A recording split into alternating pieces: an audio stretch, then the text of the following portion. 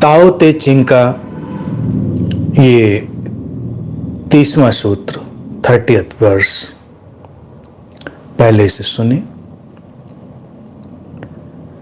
लाओ त्से लिखते हैं, Those who advise the ruler on the way do not want the world subdued with weapons. Such deeds bring on retaliation. Thorn bushes grow where armies have camped. Battles are followed by years of famine. Therefore, good leaders reach solutions and then stop. They do not dare to rely on force.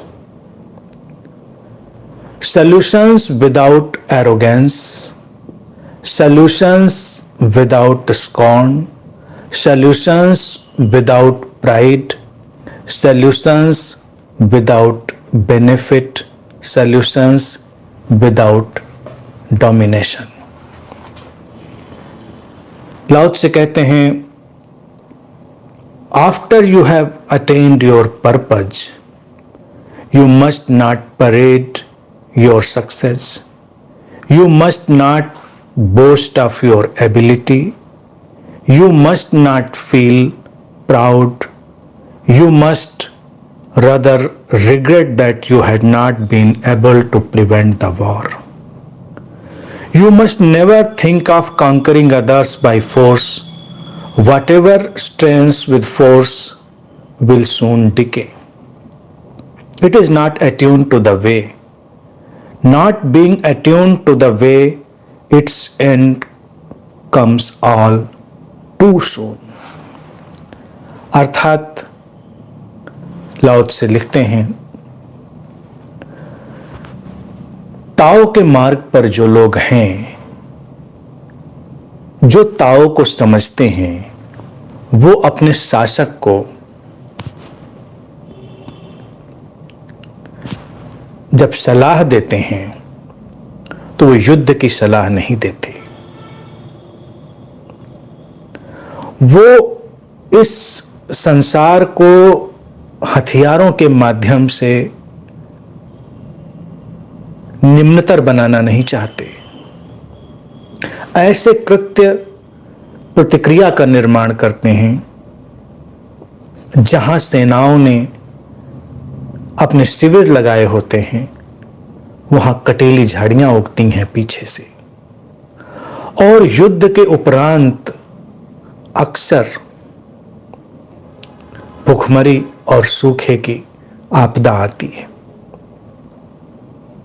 इसलिए जो अच्छा शासक होता है, जो सर्वोत्तम नेता होता है, वो समाधान तक पहुंचता है और रुक जाता है। वो पूरी तरह से शक्ति पर और हथियारों पर आश्रित नहीं रहता। समाधान बिना किसी अहंकार के, समाधान बिना किसी तिरस्कार के, समाधान बिना किस्म के स्वाभिमान के, समाधान लाभ की आकांक्षा के बिना, समाधान दूसरे को शासित करने की आकांक्षा के बिना। आगे लाओ त्से कहते हैं, जब तुम्हारा उद्देश्य पूरा हो जाए, अर्थात जो शासक है जब उसका उद्देश्य पूरा हो जाए, तो उसे अपनी सफलता का प्रदर्शन नहीं करना चाहिए, सफलता का जुलूस नहीं निकालना चाहिए, उसे अपनी योग्यता की डींगे नहीं हाँकनी चाहिए, और उसे अहंकार से नहीं भर जाना चाहिए, बल्कि उसे एक पछतावा होना चाहिए, एक पश्चाताप होना चाहिए कि वो युद्ध को रोक नहीं सका।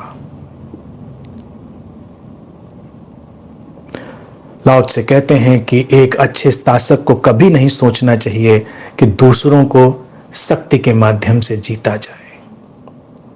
जो कुछ भी शक्ति के माध्यम से अर्जित किया जाता है वो जल्दी ही समाप्त हो जाता है।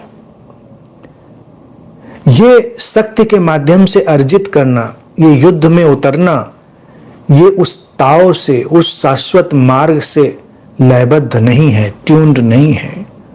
और जो शाश्वत मार्ग से, उस शाश्वत नियम से, ताव से लयबद्ध नहीं है, ट्यून्ड नहीं है, उसका अंत शीघ्र ही आ जाता है, वो शीघ्र ही समाप्त हो जाता है। आज के सूत्र नीतिगत सूत्र हैं और मनुष्य के मन को समझाने और बताने वाले भी हैं। नीतियां मनुष्य के मन के विपरीत नहीं होती, नीतियां मनुष्य के मन से ही उपजती हैं। लाओ त्से जब सूत्र दे रहे हैं तो वो जनमानस के पूरे परिदृश्य की फिक्र कर रहे हैं। जब हम इस समाज में हैं तो सत्ता भी आएगी, शासन भी आएगा, शासक भी आएंगे।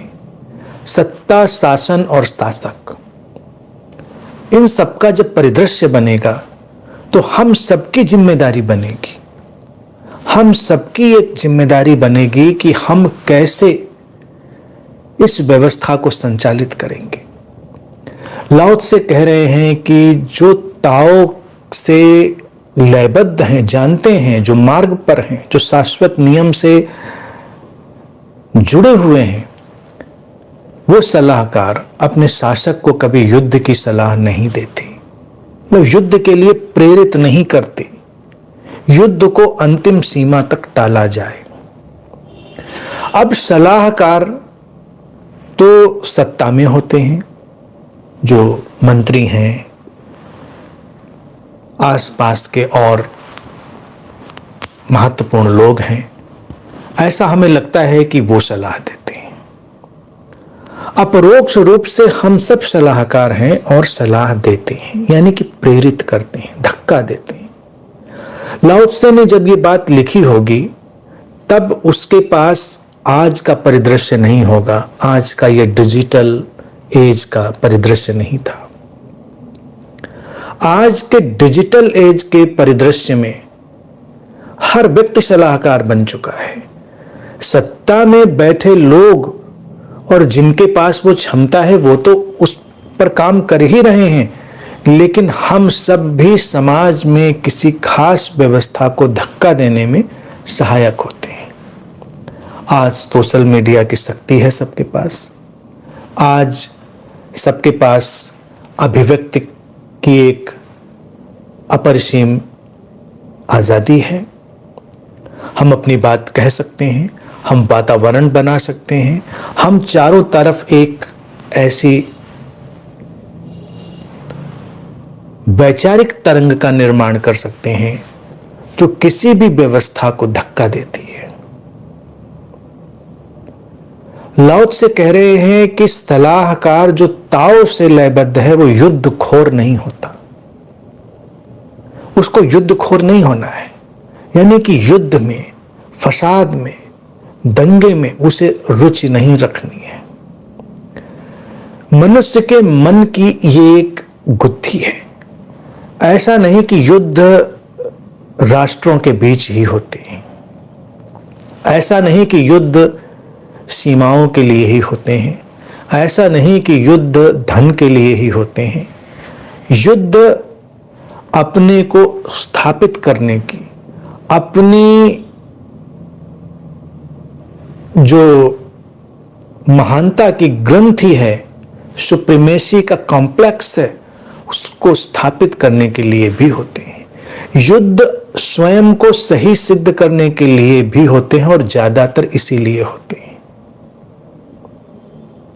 इसीलिए बहुत सारे युद्धों में धन और व्यवस्था और सत्ता का तो लालच होता ही है, लेकिन सर्वाधिक खतरनाक मोड़ पर वही युद्ध पहुंचते हैं जिनमें किसी विचार का, मत का, किसी फिलॉसफी का इन्फ्यूजन होता है, समावेश होता है, जब कोई अपने मत को, विचार को सिद्ध करने की, स्थापित करने की कोशिश करता है, वो युद्ध में जाता है।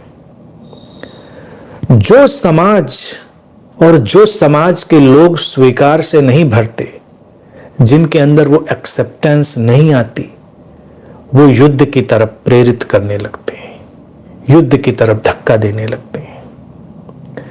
जिसको लाओ त्से शासक कह रहा है, ऐसे तो देखा जाए हर व्यक्ति के भीतर एक आंतरिक शासक है और फिर एक राष्ट्र में शासक का निर्माण होता है। आज के प्रजातांत्रिक परिदृश्य में हम जानते ही हैं कि अपना शासक हम स्वयं चुनते हैं।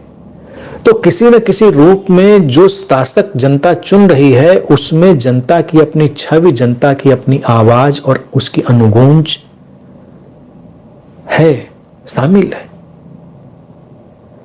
शासक कई बार बस केवल एक कठपुतली जैसा काम करने लग जाता है। जनता, उसके पीछे खड़े लोग किस बात में सबसे ज्यादा अभिरुचि ले रहे हैं। सलाहकार तो हैं, उसके मंत्री, उसके अधिकारी तो सलाहकार हैं ही हैं, लेकिन मूल तौर से सलाह का नैरेटिव डेवलप होता है। लाओ त्से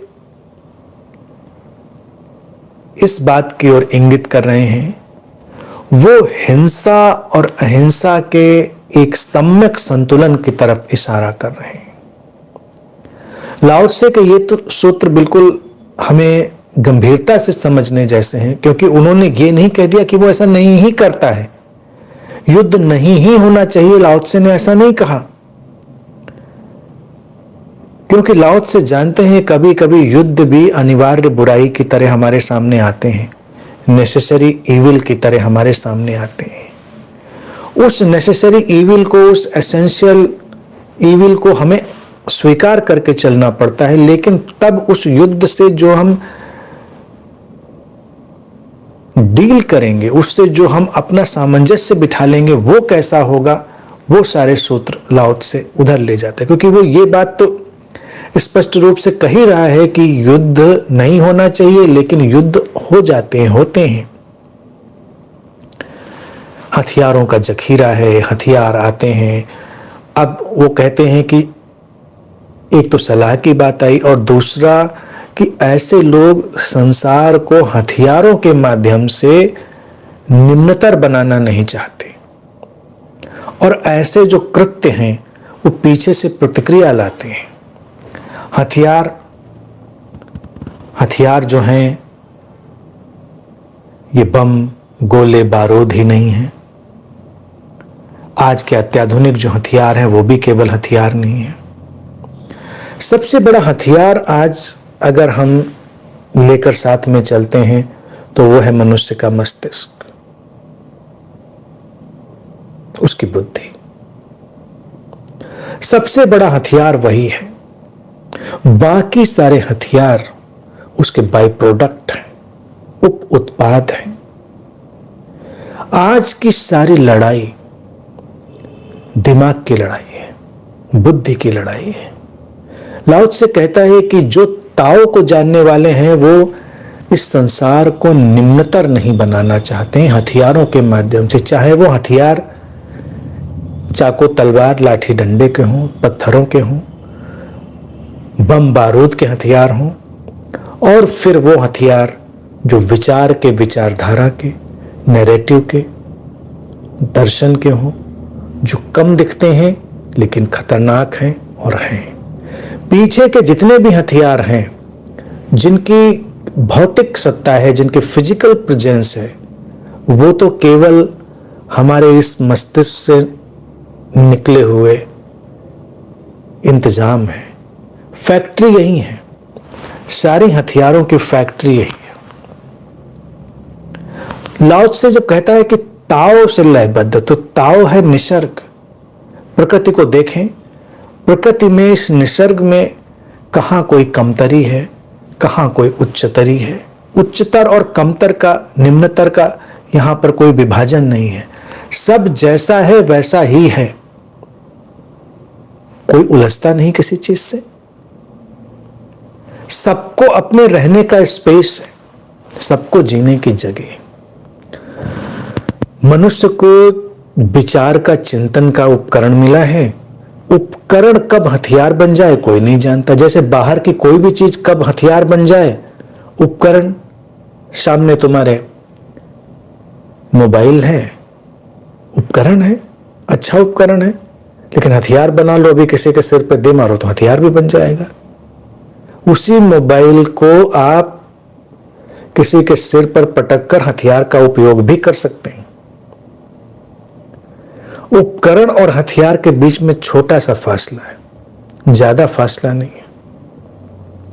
तो मनुष्य के पास भी जब ये विचार का, चिंतन का, भाषा का उपकरण मिला है, तो वो चाहे तो उससे अपने जीवन को निसर्ग के साथ समायोजित करके, लयबद्ध करके, ताओ की उस रहस्यमयता में, ताओ के उस परम सौंदर्य, आनंद और विश्रांति में जी सकता है, और चाहे तो उसी उपकरण का विध्वंसक उपयोग कर सकता है। लाओ त्से के उतने समय के बाद आज हम जिस मुकाम पर खड़े हैं, अब हम बम बारूद के हथियारों से तो कम लड़ते हैं, तीर तलवारों से कम लड़ते हैं। अब ज्यादातर लड़ाई तो मस्तिष्क की ग्राउंड में, मेंटल ग्राउंड में, नैरेटिव्स की ग्राउंड में। हम अपने विचारधाराओं और अपने नैरेटिव्स से युद्ध में संलग्न हैं। हम दूसरे को बर्दाश्त नहीं करना चाहते, हम स्कोप नहीं छोड़ना चाहते। कितना सुंदर नैसर्गिक संसार होगा कि लोग कहें किसी के भी भिन्न विचार को, हाँ हो सकता है, हो सकता है, और सही और गलत का जो पैमाना है वो उस पर आरोपित ना करें। भाई एक साथ अनंत अनंत विचार सही हो सकते हैं, क्योंकि अनंत अनंत संभावनाएं हैं। कोई एक संभावना तो है नहीं कि एक ही संभावना है तो एक ही संभावना पर अड़े रहें। लाओ त्से कहता है कि जब हथियारों के माध्यम से हम इस संसार को सबड्यूड करते हैं, निम्नतर बनाते हैं, तो ये सारी व्यवस्था प्रतिक्रिया लाती है। आज के इस वैचारिक युद्ध में, नैरेटिव वॉर में, प्रतिक्रियाएं ही प्रतिक्रियाएं हैं। प्रतिक्रियाएं कब जाकर खून खराबे में बदल जाएं ये कोई नहीं जानता, कभी भी बदल सकती है। वो तो संभावना हमेशा ही खुली है, लेकिन ये ना समझें कि वो सबसे बुरी संभावना है। खून खराबा, रक्तपात, हत्याएं, वो जो संभावना है वो फिर भी उतनी भयावह नहीं है। निम्नतर कर देना, सबड्यूड कर देना हथियारों के माध्यम से, वो है किसी की अपनी गरिमा को, किसी की अपनी मानवीय स्वतंत्रता को कैद कर देना, उसको समाप्त कर देना। और इसकी प्रतिक्रियाएं ही आएंगी, कोई बर्दाश्त नहीं करता। जब भी हम अपने ढंग से अपनी सर्वोत्कृष्टता आरोपित करते हैं तो प्रतिक्रिया हर तरफ से आती है।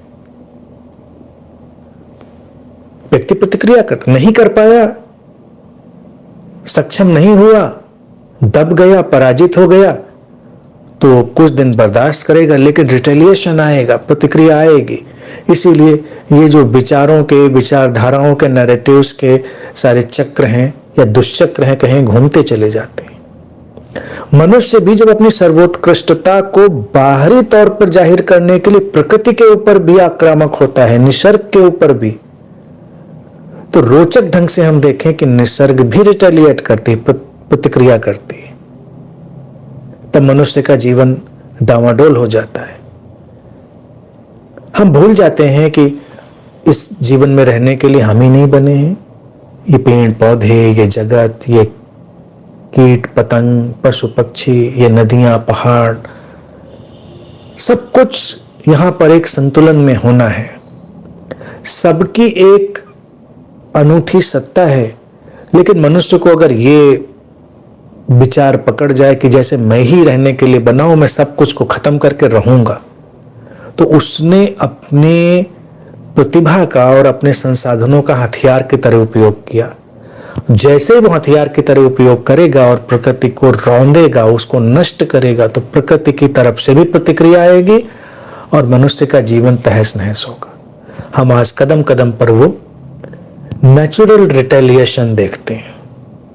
पहाड़ काटे, जमीनें खिसकने लगेंगी, भूस्खलन होने लगेंगे, बाढ़ें आने लगेंगी, बारिश अपने ढंग से आएगी जाएगी, कहीं बाढ़ आएगी, कहीं सूखा पड़ेगा, अनेक अनेक किस्म की तबाहियां पैदा हो जाएंगी। सेनाएं और हथियार ये बहुत ही स्थूल प्रतीक हैं, बहुत ही ग्रॉसर सिंबल हैं, लाओ त्से जिनकी बात कहते हैं। और हम देखें कि कैसे सब चीजें एक दूसरे में जुड़ जाती हैं। लाओ त्से कहते हैं कि जहां पर सेनाएं अपने शिविर डालती हैं वहां कटीली झाड़ियां उगाती हैं। युद्ध के बाद भूखमरी और सूखा ये आ जाता है। कटीली झाड़ियां उगाती हैं जहां सेनाएं शिविर डालती हैं, क्योंकि ये जो हमारी घृणा है, हमारा जो हिंसा का भाव है, सबसे कटीली झाड़ियां तो यही हैं। कटीली झाड़ियां बड़ा ही सिंबॉलिक टर्म लाओ त्से ने यूज किया है, उपयोग किया, प्रतीकात्मक जो अर्थ है उसका उपयोग किया है। ऐसे तो जब तहस नहस हुआ, संसाधनों का दोहन किया, तो कटीली झाड़ियां यानी कि जो जमीन की उर्वरता है वो उस तरह से भी नष्ट होती है। लेकिन कटीली झाड़ियां कटुता, वैमनस्य, घृणा, प्रतिकार, इन सब के रूप में भी उगती हैं। क्योंकि जब हम इस ढंग से आक्रामक होते हैं कि किसी को नष्ट करना चाहते हैं, तो अनेक अनेक किस्म की कटीली झाड़ियां आएंगी। लाओ त्से कहते हैं कि उसके पीछे जो है भूखमरी और सूखा, युद्ध के बाद बाहरी जगत में भौतिक परिणाम बिल्कुल साफ साफ है, क्योंकि हम इतना नष्ट कर देते हैं, इतनी चीजें हम तबाह कर देते हैं कि ये तो स्वाभाविक रूप से हो जाता है, संसाधन नष्ट हो जाते हैं। लेकिन ये भीतरी तल पर भी होता है। भूखमरी और सूखा बाहरी तल पर जितना होता है उतना ही भीतरी तल पर भी होता है। भीतरी तल पर भी लोग ड्राई हो जाते हैं, जैसे जमीन बंजर हो गई हो, उर्वरता नष्ट हो जाती। युद्ध का उन्माद किसी को पकड़ ले, युद्ध का उन्माद क्यों पकड़ेगा? जब कोई अपने को सही सिद्ध करने की, किसी को असिद्ध करने की चेष्टा में संलग्न होगा तब। और युद्ध ये प्रतिक्षण चल रहा है। पहले तो युद्ध कभी कभार होते थे, अब तो प्रतिक्षण युद्ध चल रहा है। और जो लोग ज्यादा इस युद्ध में संलग्न हो जाते हैं, हम देखेंगे कि वो उनके अंतर्मन की जमीन बंजर हो जाती है, अनुर्वर हो जाती है, उसमें से कुछ उपजता नहीं। कटीली झाड़ियां हैं, जरा सा उनके अंदर हाथ डालो, लहूलुहान हो जाते हैं। इतनी तिक्तता, इतनी कटुता, इतनी घृणा शब्दों में भी है, व्यवहार में भी है, अपीयरेंस में भी है। और फिर इसका और व्यापक असर देखें, लाओ त्से के इन शब्दों में हर तल के असर हैं। प्रकृति के साथ हम युद्ध करें तो भी यही परिणाम आते हैं। ये बाढ़, ये सूखा, ये सब कहां से आता है? हम जब उस इकोलॉजिकल बैलेंस को डिस्टर्ब करने की कोशिश करते हैं अपने स्वार्थ के कारण, तो प्रकृति संतुलन लाने के लिए प्रतिक्रिया करती है और पीछे से ये सब व्यवस्थाएं बनती हैं। अब हम समझने भी लगे हैं, आज की तारीख में मनुष्य समझने भी लगा है कि हाँ ऐसा होता है, लेकिन उसके लिए अभी भी वो चालाकी ही चालाकी, क्योंकि करना उसको वही है। तो विकसित देश क्या करते हैं कि वो अपना कचरा डंप करने के लिए अविकसित देशों की तरफ मुड़ते हैं। कितना डेंजरस, पॉइजनस अपना कचरा, विषाक्त, वो अविकसित और कम विकसित देशों में डंप कर देते हैं। उसके लिए उनको कुछ सहायता देते हैं, कुछ प्रलोभन देते हैं, कुछ पैसे देते हैं, या शोषण के तौर से उनको लगता है हम अपने देश को बचा लेंगे और कहीं दूर डंप कराएंगे। और जब प्रकृति का चक्र घूमता है प्रतिक्रिया का, रिटेलिएशन का, तो तुम देखो हैरानी पैदा हो जाती। कभी कभी वही विकास की यात्रा जो बिल्कुल युद्ध की तरह चल रही थी, वो संभाले नहीं संभलती, और वही विकास ही नष्ट करने का कारण बन जाता है। महामारियों में दिखता है, आज के वक्त के पैंडेमिक में देखिए, जो सर्वाधिक विकसित देश हैं उनके लिए संभालना मुश्किल। संसाधन है, तरीके हैं, ज्ञान है, लेकिन नियत, इंटेंशन, उस पर प्रश्न चिन्ह लगा रहेगा। प्रकृति सबसे अधिक न्यायपूर्ण है, ताओ न्यायपूर्ण है। ताओ परम संतुलन लाने का काम करता है, तो वो ला देता है संतुलन। किस रूप में लाएगा, कैसे लाएगा, कोई नहीं जानता।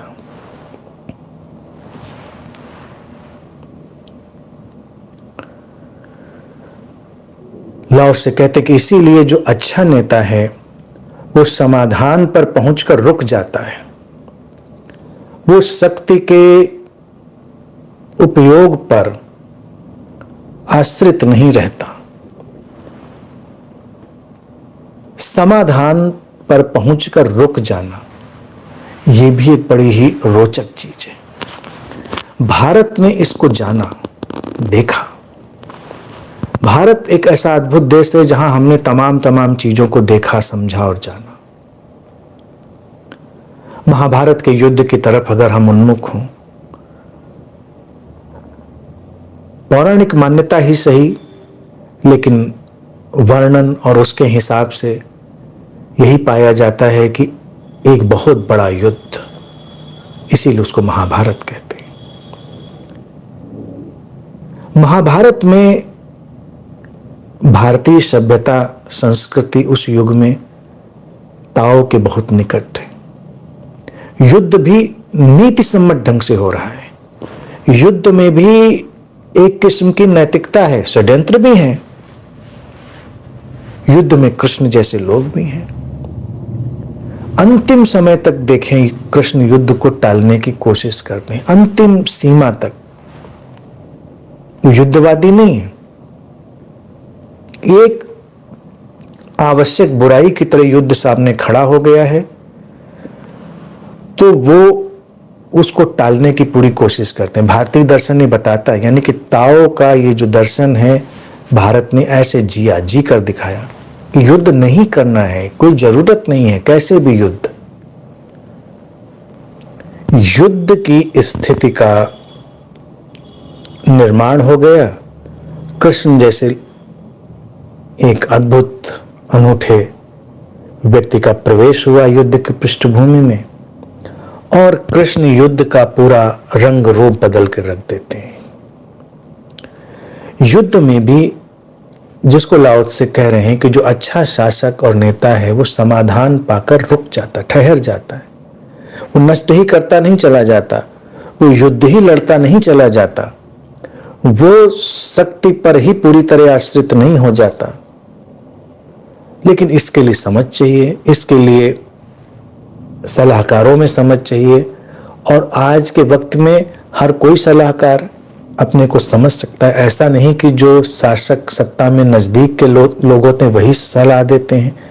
हम सब रोज आज जो सोशल मीडिया पर लिखते हैं, बोलते हैं, वो सब भी एक किस्म की सलाहें हैं, राय हैं। उसमें कितना जहर है, उनमें कितनी मधुरता है, इस सब से एक राष्ट्र का वातावरण, या एक समाज का वातावरण और परिवेश निर्मित होगा। जब हमारे भीतर वो स्वीकार की भावदशा आएगी तो बदलेगा। कृष्ण उसी परिदृश्य को लेकर महाभारत में प्रकट होते हैं और जो लाओ से कहते हैं कि समाधान के बाद वो रुक जाता है,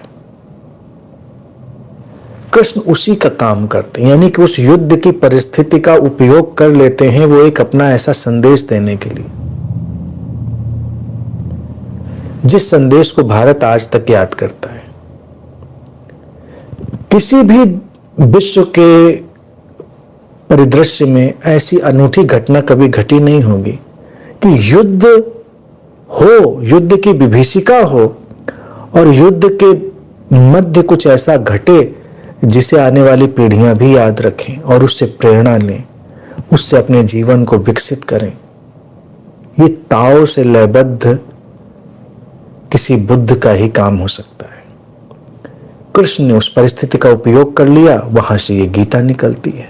और पूरी गीता में प्रारंभ से लेकर अंत तक अगर चलें और समझें एक एक बात को, तो कृष्ण उसमें सर्व स्वीकार की जो भावदशा हो सकती है, चित्त दशा हो सकती है, उसी को समझाते हैं। यानी कि इतने मार्गों की चर्चा, इतने तरह तरह से समझाने की कोशिश, वो जो अलग अलग एंगल से समझाने की कोशिश है, वही एक स्वीकार को बनाने की तरकीब है।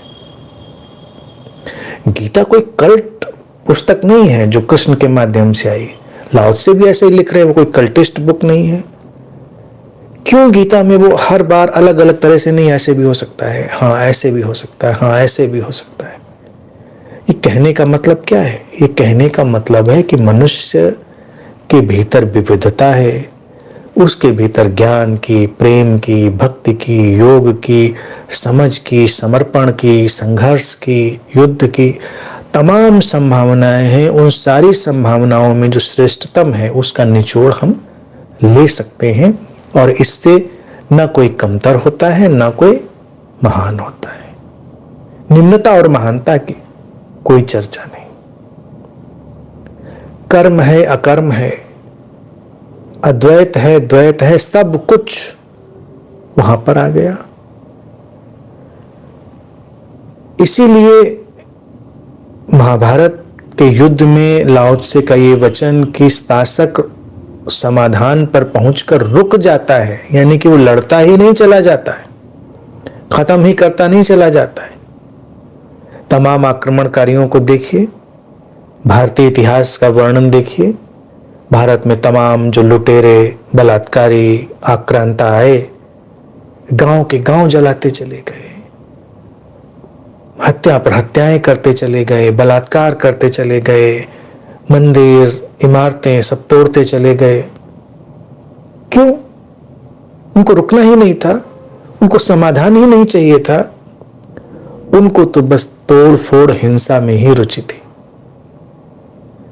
अब अगर मान लीजिए युद्ध हुआ, कोई किसी राज्य को जीतना चाहता, जीत लिया, रुक जाओ।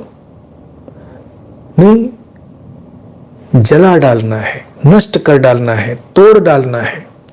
यह है व्यक्ति की बुद्धि की निम्नता, उसकी समझ की निम्नतम स्थिति।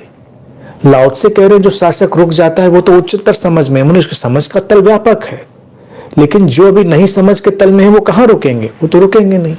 तो भारत ने ऐसे आक्रांताओं को भी देखा, लेकिन भारत फिर भी अभी भी सिर उठाकर खड़ा हो जाता है, वो सरवाइव कर जाता है। उसकी जीवेशना क्यों है? क्योंकि यहां के कण कण में, हवाओं में ये ताओ की समझ, कृष्ण और बुद्ध जैसे सद्गुरुओं की समझ ठहरी हुई। हिंसा और अहिंसा के अद्भुत संतुलन में खड़ी हुई है। ये बाद का विचार जो हुआ ना, वो लोगों को अतिरेक में ले जाकर कंफ्यूज करता रहा, गड्ढमड्ढ करता रहा कि अहिंसा का मतलब पूरी अहिंसा। कृष्ण जैसे लोग उदाहरण बनते हैं कि पूरी अहिंसा जीवन में होती ही नहीं, कभी कभी हिंसा में जाना पड़ता है। कुछ लोग अतिरेक में जाते हैं, जीवन अतिरेक में नहीं, सम्यकत्व में है, संतुलन में है। लेकिन युद्ध के बाद रुक जाना पड़ता है। अब जैसे तुम अपने कमरे में सोने आए, मच्छर काट रहे हैं, तुमने 2-4 मच्छर उड़ा दिए, जो मच्छर मारने वाला रैकेट होता है उससे, तो ये युद्ध ही हुआ ना, हत्या कर दी।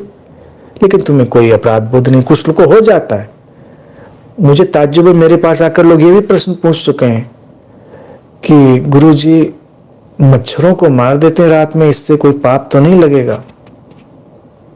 मैंने घनघोर पाप लगेगा, मच्छर लटकाएंगे तुमको एक दिन, ऐसे ही तो लोग कहते हैं। लेकिन हम सोचते भी नहीं, जो केमिकल है वो लगाते हैं, मच्छर मर जाते हैं। ये क्या हुआ कि रुक जाना, समाधान था, शांति से सोना था, समाधान था, सो गए। लेकिन अब किसी को ये पकड़ जाए कि मच्छरों को मारते हुए निकल लेना है, तो अपनी कॉलोनी में निकल लो मच्छर मारने वाला रैकेट लेकर, तो ये अतिरेक हो जाएगा, विक्षिप्तता हो जाएगी। समाधान के बाद रुक जाना होगा। ऐसे ही कई बार कुछ ऐसे आवश्यक युद्ध भी लड़ने पड़ जाते हैं, लेकिन उन आवश्यक युद्ध के बाद हमको रुक जाना पड़ता है, क्योंकि समाधान उसमें कुछ चाहिए था हमको।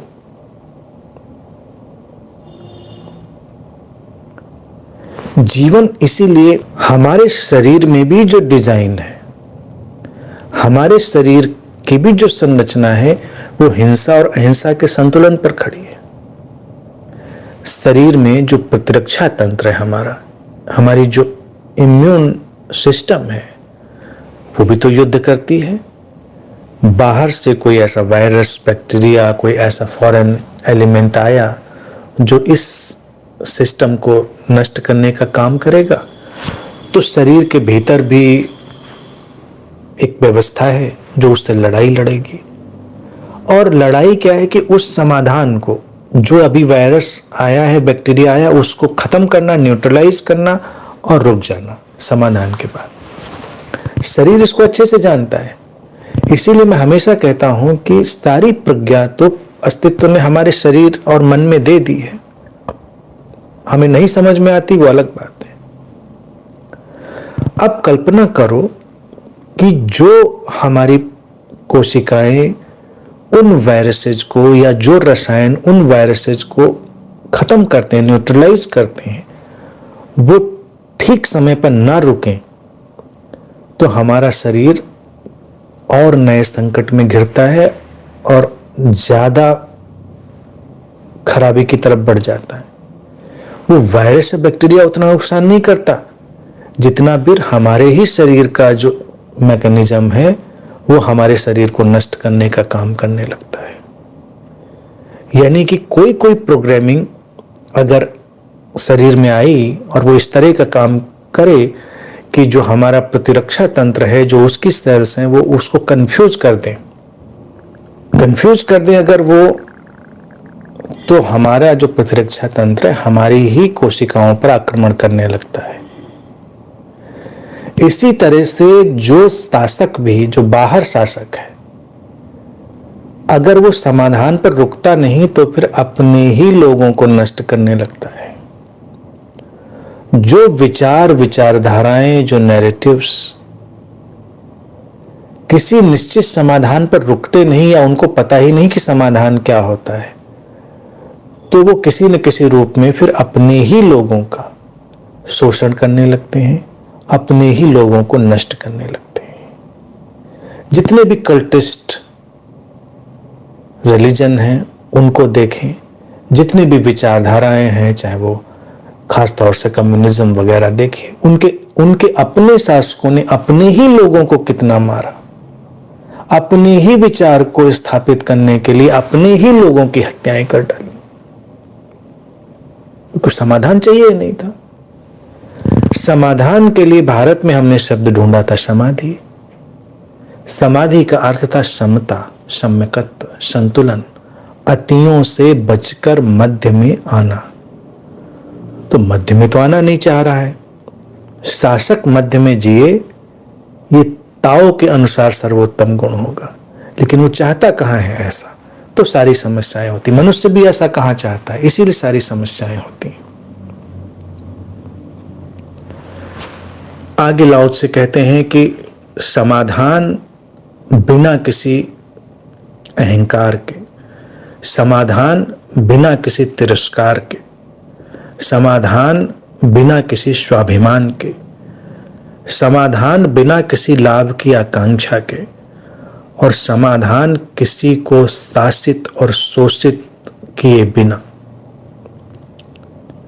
समाधान का ये गुण है।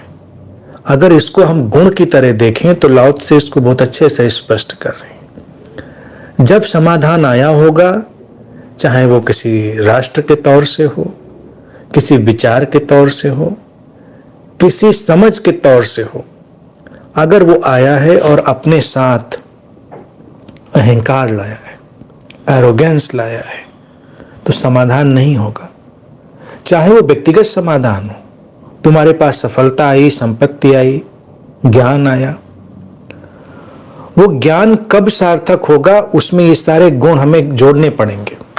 समाधान की पहचान के लिए एक टच स्टोन हो गया, एक कसौटी हो गई। तुम्हारे पास सफलता आए, शांति आए, या बाहरी या भीतरी कैसी भी, तो उसमें ये सारे चीज हमें देख लेने की है। अहंकार ना आए, एरोगेंस ना आए, तिरस्कार ना आए, स्वाभिमान भी ना आए, और किसी को शासित और शोषित करने की व्यवस्था और बहुत लाभ लेने की आकांक्षा भी ना आए। लेकिन हम यही सब लाते हैं। व्यक्ति बहुत ज्यादा धन पाना चाहे समाधान के लिए, जीवन में गरीबी थी, अभाव थे, तो उस युद्ध में क्या समाधान होगा? धन आ जाए, सफलता आ जाए। धन और सफलता आ जाए और एरोगेंस ना आए, कम होता है। अहंकार से बच जाए तो स्वाभिमान, प्राइड, व्यक्ति को लगता है कि नहीं मैं बहुत कुछ हूं। दूसरे का तिरस्कार ना आए। इसी सब में तो मजा है। अगर जो जीतना चाहता है वो यही सब तो अफोर्ड करना चाहता है, लाभ लेना, शोषित और शासित करना, प्रजस करना किसी दूसरे को, जब चाहे तो तिरस्कार कर पाना, जब चाहे तो अपने अहंकार, अपने एटीट्यूड, एरोगेंस में जी पाना। पुराने युद्धों में भी तो यही होता था। युद्ध के बाद महिलाओं का बलात्कार, गुलाम बनाना, हत्याएं क्यों होता था? तिरस्कृत करना, अपमानित करना। जब जब ऐसे भाव आएंगे तो लाओ त्से के अनुसार समाधान नहीं है, तुम्हारे भीतर कोई समाधान नहीं आया। और अगर हम राष्ट्रों के, समाजों के तौर से देखें तो वहां भी कोई समाधान नहीं। किसी समाज और राष्ट्र में समाधान की स्थिति तभी होगी जब वहां पर एरोगेंस कम हो गया हो, अहंकार कम हो गया। अहंकार कब कम होता है? जब व्यक्ति को अपने को सही और दूसरे को गलत मानने की जो मनोवृत्ति है उसका दबाव और प्रभाव कम हो गया हो। और तिरस्कार, किसी का तिरस्कार नहीं, सब अपने जैसे। स्वाभिमान उसी सारी चीज की एक प्रतिक्रिया है।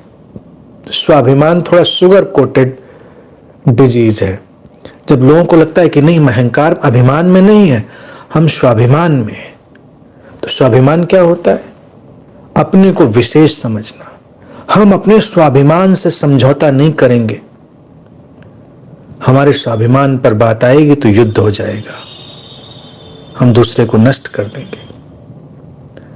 इसका अर्थ क्या हुआ? ना तुम अपनी सत्ता समझते हो, ना अपनी अस्मिता को समझते हो, ना दूसरे की सत्ता और अस्मिता को समझते हो, ना अपने अनूठेपन को समझते हो, ना दूसरे के अनूठेपन को समझते हो। अगर अपने अनूठेपन को समझा तो स्वाभिमान भी किस बात का? मान लो तुम कमल के फूल हो, तो कमल का क्या स्वाभिमान कि घास के फूल के सामने थोड़ा ऐंठ के खड़ा हो जाएगा, मैं कमल हूं। क्या करेगा? स्वाभिमान में तुम क्या करोगे? या तुम खिले हुए थे, एक दो छींटे तुम्हारे ऊपर पड़ गए, तुम कहोगे तुम्हारी जरूरत, तुमने कमल के ऊपर छींटे मार दिए। स्वाभिमान एक छुपी हुई बीमारी है, वो किसी भी रूप में आती है, कभी किसी संस्कृति के नाम पर, कभी किसी व्यवस्था के नाम पर। नहीं, हम डोरमैट नहीं हो जाएंगे, ऐसा नहीं है। हम नेचुरल डिग्निटी को उपलब्ध होते हैं, एक नैसर्गिक गरिमा जिसमें लाओ त्से ने युद्ध का इनकार नहीं किया है। जैसे पशु पक्षियों की नैसर्गिक गरिमा देखिए, उनकी अपनी शान देखिए, मनुष्य में शान नहीं दिखती। अभी गौर से देखो, मनुष्य इन सारे भावों, पद, प्रतिष्ठा, धन, इनके अनुसार ही उठता और गिरता है, उसका गुब्बारा फूलता पिचकता है। ये मनुष्य की समस्या है। लेकिन पशु पक्षियों की अपनी नैसर्गिक गरिमा है।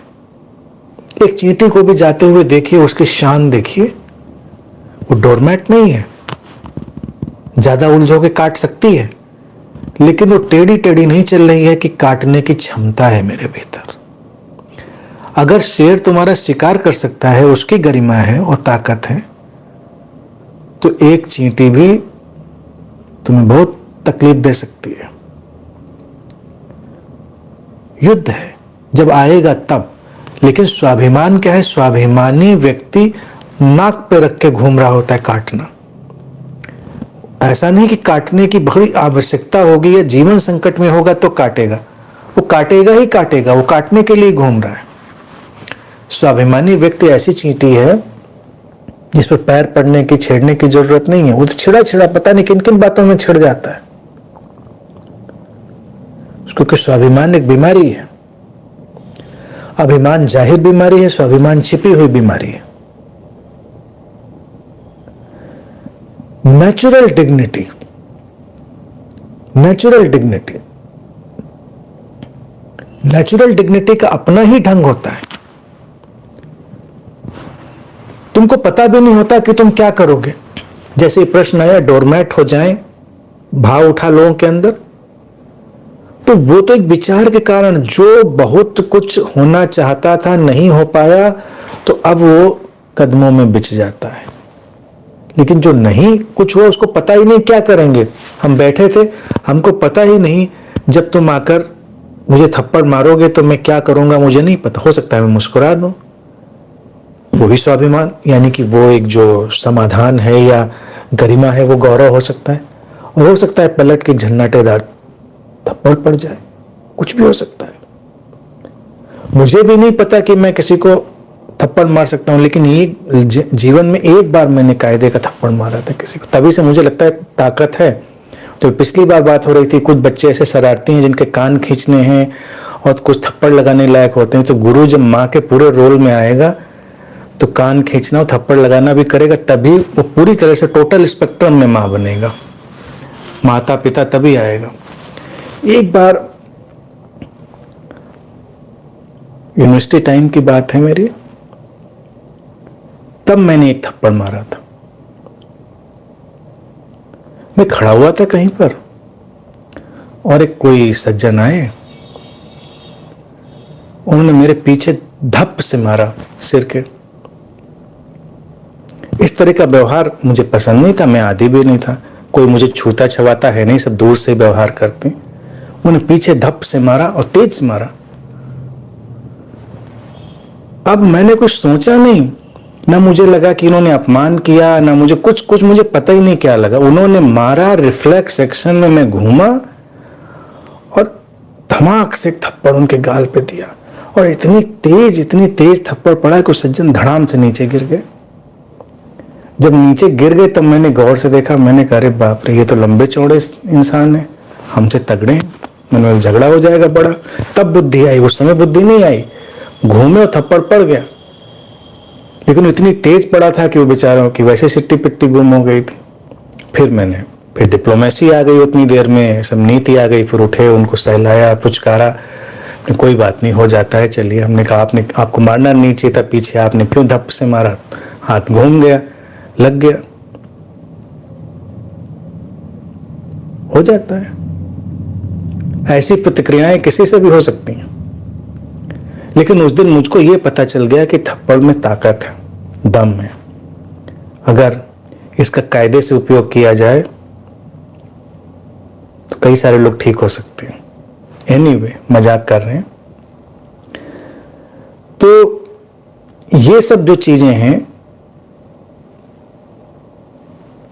तिरस्कार की भावना, अहंकार, स्वाभिमान, अभिमान, शासित शोषित करने की सारी चीजें, उन सब का विदा हो जाना, यही सब हमको बताएगा कि हमारे अंदर समाधान आया है, हमारे अंदर सफलता आई है।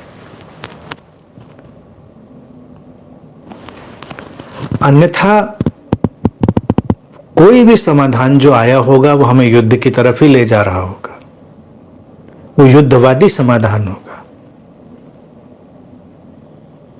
इन बातों को एक टच स्टोन की तरह, कसौटी की तरह ध्यान रखें। हाँ, अब ये न लोग शुरू कर दें कि घूम घूम के लोगों से लड़ाई लड़े में थप्पड़ मारे, कहीं हो जाता है, प्रतिक्रिया में लग जाता है, ऐसा ना करें।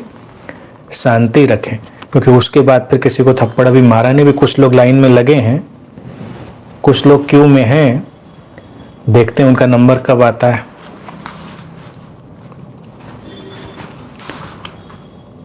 फिर आगे लाओ से लिखते हैं, जब तुमने अपना समाधान उद्देश्य पा लिया है तो अपनी सफलता की परेड करते हुए मत घूमो, उसका जुलूस ना निकालो।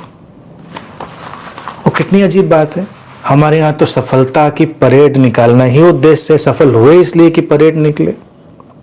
चुनाव में जीते कोई, जुलूस, जुलूस में लड़ाई झगड़ा, कई बार जुलूसों में गोली बम चल जाते हैं। कुछ भी हो,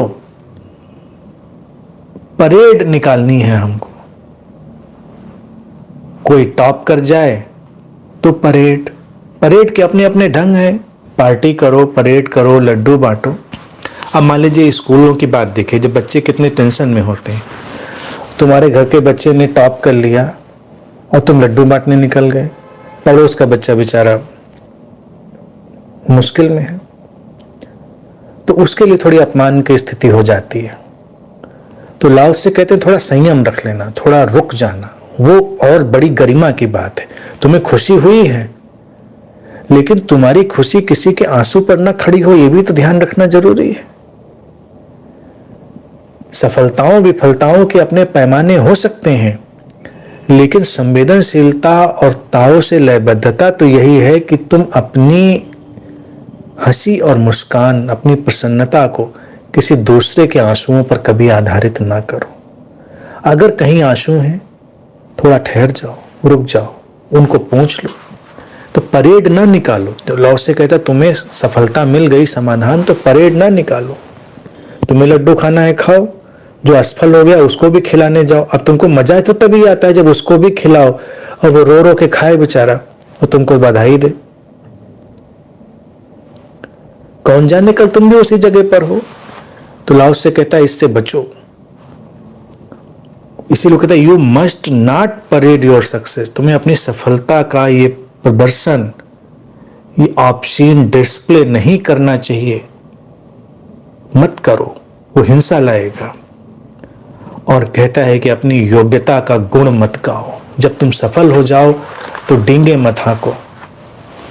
पढ़ाई लिखाई में देखो, कोई खास जगह पे सफल हो जाए, फिर उसका इंटरव्यू देखिए तो बताएगा कि मैंने कैसे 10-12 घंटे तक पढ़ाई करी और कैसे मैंने फोकस किया और कैसे मैंने अपने को अरेंज किया और कैसे मैंने नोट्स बनाए, फिर किस तरह से मैंने कंसंट्रेट करके चीज़ों को किया और इस तरह से मुझे सफलता मिली। थोड़ा वो अपने को झकझोर के देखेगा तो उसको लगेगा कि अरे भाई, मेहनत तो सभी ने करी थी, तुमने ऐसा कुछ खास काम नहीं किया था। ये तो अस्तित्व की अनुकंपा है, उसका ग्रेस है, उसका प्रसाद है। तो इसलिए अपने गुण का गान बखान ना करो, लाओ से बड़ी इसमें नीतिगत शिक्षाएं और बड़ी व्यवहारिक बातें कह रहा है, अन्यथा तुम मुश्किल में पड़ोगे। क्योंकि हो सकता है जो सफल नहीं हुआ वो तुमसे ज्यादा प्रतिभाशाली हो, तुमसे ज्यादा गुणी हो। तुम सफल हुए हो, इसमें अस्तित्व का अपना कार्य व्यापार है। अस्तित्व तुमसे कुछ कार्य लेना चाहता है, तुम उसके माध्यम बन गए। इसलिए अपने गुणों का बखान करते हुए मत घूमो।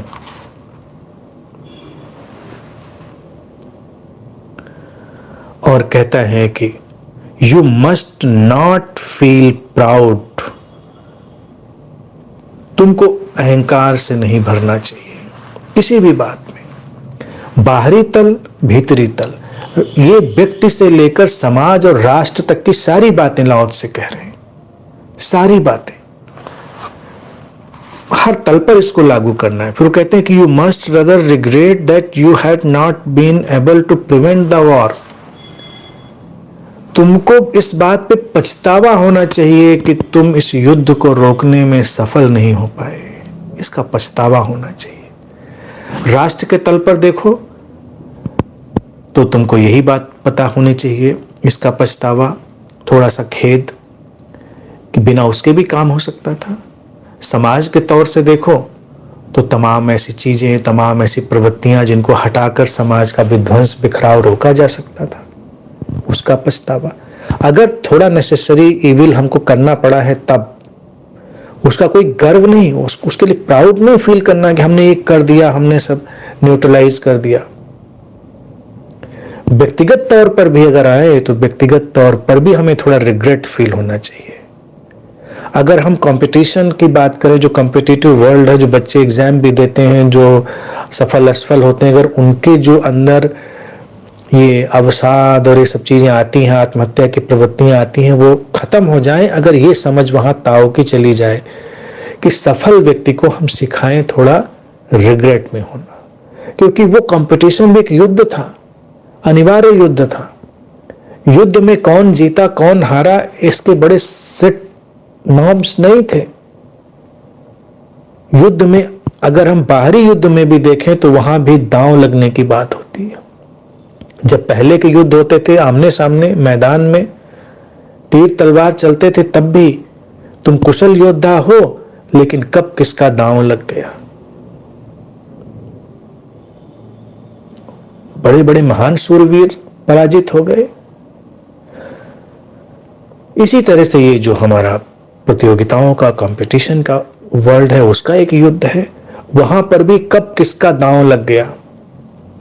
अब ये जो चांस है ये एग्जिस्टेंशियल है, ये एग्जिस्टेंशियल मिस्ट्री है, वो मानकर हम छोड़ दें।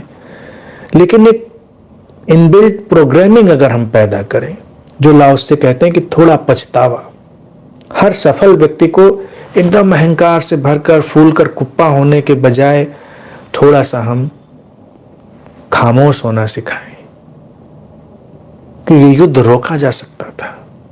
हम ऐसा समाज बना सकते थे जहां पर सब लोग सफल होते। हम ऐसा समाज बनाकर उस समाज के हिस्से हो सकते थे जहां सबको अपनी अपनी प्रतिभा के अनुसार जीने का मौका मिलता।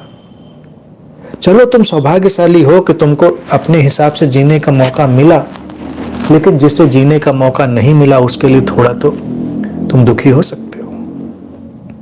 वो रिग्रेट, वो खेद, वो पछतावा, ये नहीं कि उसको भर के बैठ जाना है और एक नई समस्या, एक नई बीमारी बना लेनी है। सफल होने के बाद मुंह लटका के घूम रहे हैं, कोई कहे कि भाई क्या है, कहना हम तो ताओ को फॉलो करते हैं, सफलता की खुशी नहीं मनाते, प्राउड नहीं फील करते हैं, रोना आ रहा है कि दूसरे असफल, तो तुम एक नई बीमारी बना लोगे। हाँ तुम खुश होगे, तुम्हें प्रसन्नता होगी, विजय और सफलता की प्रसन्नता होती है, लेकिन उसके बीच थोड़ा रिग्रेट, वो एक इंसाइट है, वो अंतर्दृष्टि है। लाओ से उसकी बात करो, ये नहीं करे कि चल निकलो रोते बिसुरते हुए। भारत में हमने इसको कदम कदम पर अलग अलग तरह से दिखाया। राम रावण का युद्ध होता है, राम रावण का वध कर देते हैं, वध करने के बाद पश्चाताप करते हैं, पछतावा करते हैं। ये कहते हैं विद्वान व्यक्ति को, इतने वैसे व्यक्ति को मारना पड़ गया। राम ये नहीं कहते मारना बहुत जरूरी था, कहते पड़ गया। भारतीय दर्शन में ताओ का समावेश देखिए। राम ये नहीं कहते कि मार डालूंगा, अब जो जो रावण मिलेगा एक एक रावण को खत्म कर दूंगा, नहीं, वो युद्धवादी नहीं है। वो कहते हैं ये न किया होता, ऐसे न चला होता, इस तरह के कामों में न उलझाया होता तो हमको यहां तक नहीं आना पड़ता। और फिर वो कहते हैं कि कुछ ज्ञान था, कुछ समझ थी उसके पास, उसका भी उपयोग किया जाए, उसको भी सीखा जाए। अपने भाई से कहते हैं, छोटे भाई से, जाओ सीखो, कुछ समझो, उसके पास भी देखो, पूछो, नीति है उसके पास, ज्ञान है। ये अफसोस का विषय है कि हमको ऐसे युद्ध में आना पड़ा। वही परिदृश्य हम भारत की अपनी संस्कृति में, महाभारत में दिखाते हैं। पराजित लोगों के प्रति भी सम्मान, वो सम्मान भी खेद प्रकट करने का एक विषय है। युद्ध होता है, युद्ध के बाद पराजित जो लोग हैं उनके पास सम्मान से जाना, उनका हालचाल पूछना, उनसे कुछ सीखने को मिले तो सीख लेना, ये सब भी रिग्रेट है, उसी का हिस्सा है कि हम नहीं चाहते थे युद्ध, लेकिन हुआ, होना पड़ा। हम नहीं चाहते हैं ये विभाजनकारी वृत्तियों का समाज में चलना, लेकिन वो चल रही हैं, तो हमको उनके अनुसार भी काम करने पड़ते हैं। अति सर्वत्र वर्जयेत, इस ताव को समझकर किसी विक्षिप्त अति में नहीं जाना है, इस बात का ध्यान रखना है।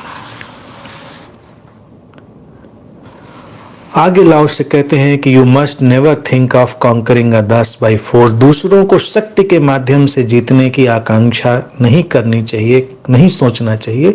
तो क्या सोचना चाहिए?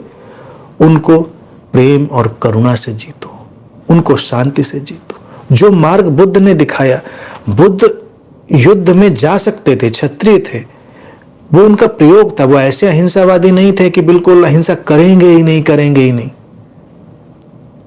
एक्सपेरिमेंट, उन्होंने केवल दिखाया कि देखो एक ये रास्ता है, वो एक सैंपल दिया उन्होंने। भारत में हालांकि ऐसे ही सैंपल पे तमाम लोग खड़े हो गए कि नहीं नहीं हम तो लड़ेंगे नहीं। इवन हमारी आज़ादी केवल अहिंसा से तो नहीं आई, हिंसा से भी आई, कुछ आवश्यक हिंसा करनी पड़ी, वो सब बातें समझने की थी। लेकिन सैंपल क्या है कि वो कहते हैं सख्ती से किसी को जीतने की कोशिश मत करो।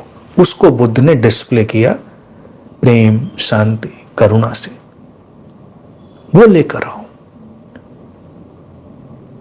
दूसरों को अगर जीतने की आकांक्षा है तो उनको प्रेम, शांति और करुणा से जीतो। वो जीत अलग रंग की होती है, वो सम्यक जीत होती है, समाधि की जीत होती है, समाधान की जीत होती है। शक्ति से जीत लो तो गुलाम मिलते हैं। संबंधों में भी देखिए क्या है, चाहे अभी के परिवारों में भी, अभी के परिवार भी बसते हैं तो कहते तो प्रेम प्रेम की बात है, लेकिन वो शक्ति से जीतना चाहते हैं दूसरे को, चाहे वो शक्ति धन की हो और भी कई चीजों की शक्ति हो, तो वो परिवारों में असंतुलन और बिखराव आ जाता है। लाओ से कहता नहीं ऐसा मत करो, हर जगह युद्ध है, युद्ध के नियम है, लेकिन तुम कुछ और भी कर सकते हो। आगे वो कहते हैं कि जो कुछ भी शक्ति के माध्यम से पाया जाता है वो जल्दी ही खो जाता है, जल्दी ही बिखर जाता है।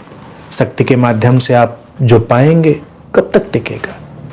जो प्रेम और करुणा से आएगा वो स्थायी हो जाएगा, उसका मूल्य व्यापक हो जाएगा, वो टिकेगा। तुम्हारे पास लोग हों तुम्हारी शक्ति के कारण, कितने दिन टिकेंगे? तुम्हारे पास लोग हों तुम्हारे धन के कारण, कितने दिन टिकेंगे? तुम्हारे पास यहां तक कि अगर तुम अपने ज्ञान का भी हथियार की तरह उपयोग करते हो, जो कि बहुत से लोग करते हैं, तमाम गुरु लोग करते हैं, ज्ञान एक वेपन बन जाता है, एक हथियार बन जाता है। उसी तरह से उनके प्राइड का, उनके शोषण, उनके शासन का एक उपकरण। तुम्हारे ज्ञान से कोई तुम्हारे पास आए, कितने दिन रहेगा? वो भी ज्ञानी बनेगा, अपने रास्ते तुम अपने रास्ते। दो ज्ञानी तो रहेंगे, तलवारें टकराएंगी। प्रेम ही एक ऐसा जगत है जिसमें सब एक साथ रह सकते हैं, वो शांति और करुणा का जगत जहां पे सब एक साथ रह सकते हैं। दो ज्ञानी कहाँ रहेंगे एक साथ? एक म्यान में दो तलवारें तो रहती नहीं। तो इसीलिए जो गुरु ज्ञान बांटने में लगे रहते, उनके शिष्य आए, ज्ञानी हुए, तलवारें खटकी, चले गए। कभी कभी तलवारें चल भी जाती हैं, समस्या ये, तलवारें चल जाती हैं। तो लाओ से कहते हैं जो भी शक्ति से होगा वो बिखर जाएगा। तो हमको उस आयाम पर जाना है जहां शक्ति की आवश्यकता नहीं होती, जहां पर शांति और प्रेम ही आवश्यक और अनिवार्य होते हैं। लाओ से कहते हैं कि ये जो है तरीका, ये उस ताओ के नियम से एक नहीं है, लयबद्ध नहीं है, ट्यून्ड नहीं है। और जो उस ताओ के नियम से ट्यून्ड नहीं है, उसका अंत बहुत ही शीघ्र आ जाता है। अर्थात तुम शक्ति से कुछ अर्जित करना चाहोगे तो जल्दी ही सब कुछ बिखरेगा। तुम भी बिखरोगे, लोग भी बिखरेंगे, सारी चीजें बिखरेंगी। ये ताओ का रास्ता नहीं है। ताओ का रास्ता है बीइंग लाइक वैली, घाटी की तरह हो जाना, एक सर्व स्वीकार के भावदशा से भर जाना, अपने जैसे हो जाना, खाली हो जाना, स्थिर हो जाना। वो ताओ का मार्ग है। घाटी का कभी कोई डिके नहीं होता। घाटी में क्या डिके होना है, कभी खत्म नहीं होती। जो वैली है, इसीलिए लाओ से वैली का, घाटी का हमेशा उदाहरण लेते हैं। शिखर धीरे धीरे घिस जाते हैं, टूट जाते हैं, रेत हो जाते हैं, धराशायी हो जाते हैं, क्योंकि शिखर ने फिर भी कुछ अलग स्थापना करने की कोशिश करी है।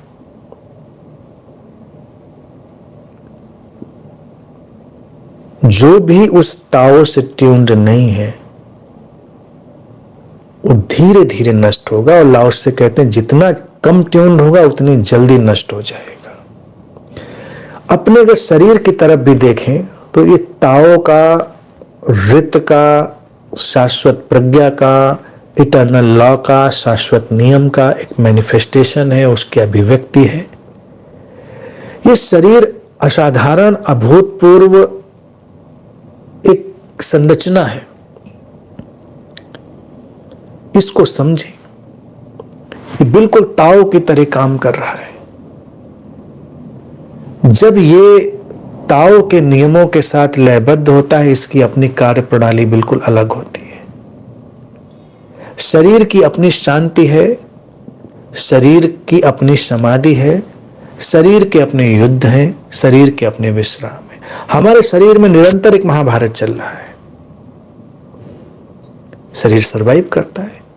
इस मैकेनिज्म की अनप्रेसिडेंटेड विजडम है, हम जान ही नहीं सकते। लेकिन हम बाहर से सब लगा रहे हैं, बाहर से लगा रहे हैं वो शक्ति बाहर से, कि कैसे उसको हमें मैनेज करना है, कैसे ठीक करना है, कौन से प्रोडक्ट डालने। हम अपने शरीर को डिस्ट्रॉय कर रहे हैं धीरे धीरे, क्योंकि हम उसकी ताओइस्ट विजडम, जो उसकी नेचुरल नैसर्गिक प्रज्ञा है, उसमें यकीन नहीं करते, मानते नहीं।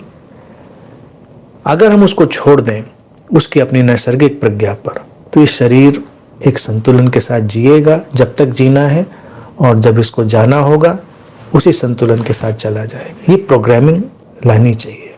और जब ये जागृत समाज हो, इनलाइटेंड सोसाइटीज हो, तो मुझे लगता है कि अधिक से अधिक लोगों के साथ ऐसा होगा, अधिक से अधिक लोगों के साथ। तो वो जो ऊपर से लाओ से बातें कराएं, कटीली झाड़ियाँ, सूखा, भूखमरी, त्रासदी, विपन्नता, ये सब नहीं होगी। बीमारियां भी कम होंगी। शरीर बीमारियों के लिए डिजाइन नहीं है। बीमारियां हम पैदा करते हैं ताओ की रिदम से टूटकर, अलग होकर। भय में जाओगे, प्रेम से हटकर ताओ के रिदम से टूटोगे। आधिपत्य की भावना से भरोगे, ताओ के रिदम से टूटोगे। एरोगेंस, स्कॉर्न, प्राइड, इन सब चीजों से भरोगे, ताओ की लय से टूट जाओगे। तिरस्कार नहीं, कुछ नहीं। तो शरीर के हिसाब से हम अपनी तमाम चीज़ों को देख सकते हैं, समझ सकते हैं, अभूतपूर्व ढंग से हम सीख सकते हैं, क्योंकि शरीर हिंसा और अहिंसा के परम संतुलन की एक इकाई है। प्रतिक्षण इसके अंदर महाभारत है और प्रतिक्षण इसके अंदर शांति है। उसी महायुद्ध से निकलती हुई शांति। अगर अभी अपने शरीर को माइक्रोस्कोपिक इनलार्जमेंट दे दें तो तमाम कुछ शरीर के अंदर आया चला जा रहा है, फॉरेन एलिमेंट, और शरीर की जो सारी प्रणाली है वो किसी को न्यूट्रलाइज कर रही है, किसी को वेलकम कर रही है, किसी को भगा रही है, किसी को खत्म कर रही है। लेकिन बस प्रिसाइजली उतना ही काम बस वहां पे रुक जाती है। समाधान मिला, रुक गए। समाधान पर कोई रुक गया, वही शांति है और वही एक्सटेसी है, वही समाधि है। जैसे उदाहरण के लिए अंत में प्रेम में तुम गए, प्रेम का तुम्हें स्वाद आया, रुक जाओ, अब थोड़ी देर उस स्वाद में डूबो। लेकिन प्रेम का स्वाद आए फिर तुरंत हम प्रेम को शाश्वत बनाने में लग जाते हैं, इटर्नल बनाने में लग जाते हैं। कैसे, कौन सा इंतजाम, कौन सी सब चीजें लगाकर हम अटैचमेंट लगा के इसको हम इटर्नल बना दें। तो अभी तो हमने उसका स्वाद नहीं लिया, हम उस पर ठहरे नहीं और थमे नहीं, और उतनी देर में वो खो जाता है। तुम्हारे अंदर शांति आई, तुम्हारे अंदर प्रसन्नता आई, ठहर जाओ, उसके स्वाद में जाओ। वो स्वाद अभी तुमने लिया नहीं कि तुम उसको शाश्वत बनाने में लग जाते हो। प्रश्न भी देखो तो पूछते हो ना, ऐसे ध्यान में गए, जरा स्वाद मिला, तुरंत प्रश्न आता है, अब ये जो अनुभव आया था ये हमेशा कैसे रहे, हमेशा ये शाश्वत कैसे हो जाए, इटर्नल कैसे हो जाएगा। खत्म हो जाओगे, फिनिश हो जाओगे, इटर्नल की आकांक्षा करोगे। जब आना होगा तब आएगा, जब नहीं आना होगा तब नहीं आएगा। सोना अच्छा लगता है, क्योंकि शरीर ने नेचुरल रिदम ताव की बना दी, तो हम नहीं इसको सोचते। जागना अच्छा लगता है, जागने के बाद ये नहीं सोचते कि अब जाग के सुबह सुबह कितना अच्छा लग रहा है, अभी जागना परमानेंट हो जाए। हे भगवान, कहते परमानेंट, नींद गायब, 2-4 दिन में पागल खाने में एडमिट। सोने में, विश्राम में कितना अच्छा लगता है। हम आकांक्षा करें बस ये परमानेंट हो जाए, उसके बाद हम सीधे हॉस्पिटलाइज्ड। ताओ एक परम संतुलन है। हमारा शरीर और मन उसके लिए डिजाइंड है, उससे कभी भी टूटा हुआ नहीं था, उससे कभी भी अलग नहीं है। बस अपनी विचारधाराएं, उनकी लड़ाइयां हटा लो, अपने नैरेटिव्स की वॉर, वो लड़ाइयां हटा लो। युद्ध कदम कदम पर हैं, उन युद्धों को पहचानो, अंदर के और बाहर के युद्धों को पहचानो। न कुछ श्रेष्ठ है, न कुछ अश्रेष्ठ है, सब अपनी अपनी जगह पर बिल्कुल फिट है, ठीक है। शरीर में इसीलिए तुमको सारी चीजें दी हैं, समझ रहे हो ना। जिस भोजन को तुम श्रेष्ठतम ढंग से अंदर लेते हो, अपने शरीर के अंदर इनपुट डालते हो, कितना खूबसूरत सुस्वादु डिवाइन फ्रेग्रेंस वाला फूड होता है। वही इनपुट जब आउटपुट में बदलता है तो उसके साथ तुम आधा मिनट भी ठहरना नहीं चाहते। प्रकृति, निसर्ग तुमको बताती है कि इनपुट और आउटपुट की रेंज एक ही है। आउटपुट से घृणा करोगे तो इनपुट का क्या करोगे। वो अपनी जगह है, उसकी अपनी महत्ता है, अपना उसका उपयोग है या उपादेयता है, जो भी है। हम अपने शरीर में घृणा नहीं करते। इनपुट में हम जिस तरह से ऑब्सेस्ड नहीं होते, उस तरह से आउटपुट में हम हेट्रेड से नहीं भरते। नॉर्मल नेचुरल प्रोसेस से चलता रहता है। लेकिन जो लोग थोड़ा सा ऑब्सेस्ड हो जाते हैं, वो घृणा वगैरह में चले जाते हैं, तो उन्हीं को फिर तमाम तरह की और समस्याएं और बीमारियां घेर लेती हैं, अनेक तरह की समस्याएं आ जाती हैं। नख सिक तक अपने शरीर के मैकेनिज्म को समझो, मन उसके पीछे खड़ा है, उसका मैकेनिज्म समझो।